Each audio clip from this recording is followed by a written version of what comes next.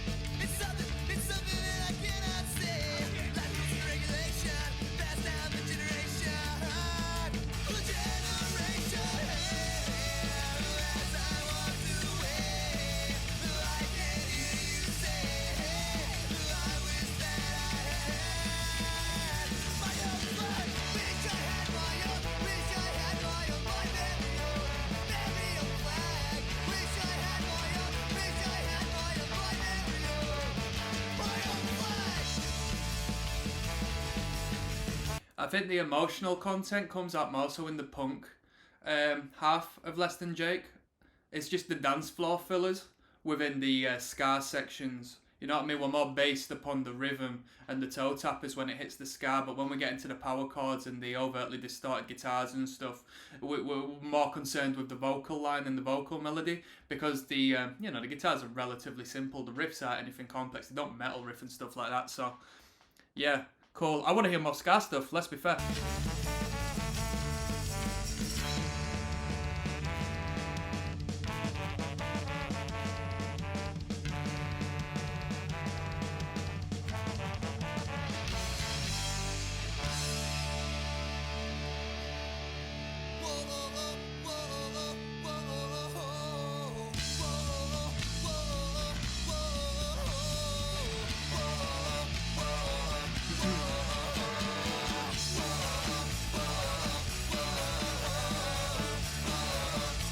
Sing-along section.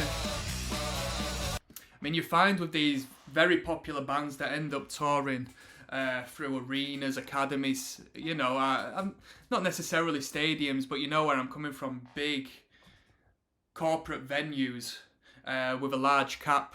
From the get-go, they know how to engage an audience, like the lyrical content. Well, whether you'd like to call it lyrical or not, just a whoa, that's got a great receptive value. The audience can sing along without, it can catch on to an audience who don't even know the song.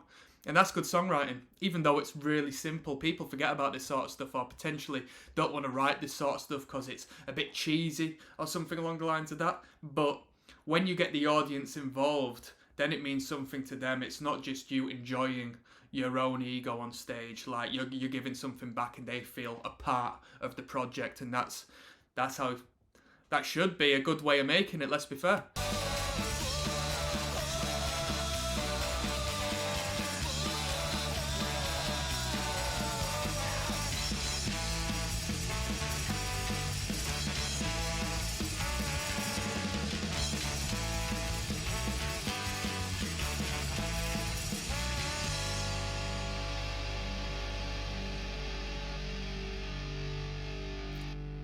Right, cool. We got Johnny Quest Thinks We're Sellouts next, which I think is like one of their more well-known tunes.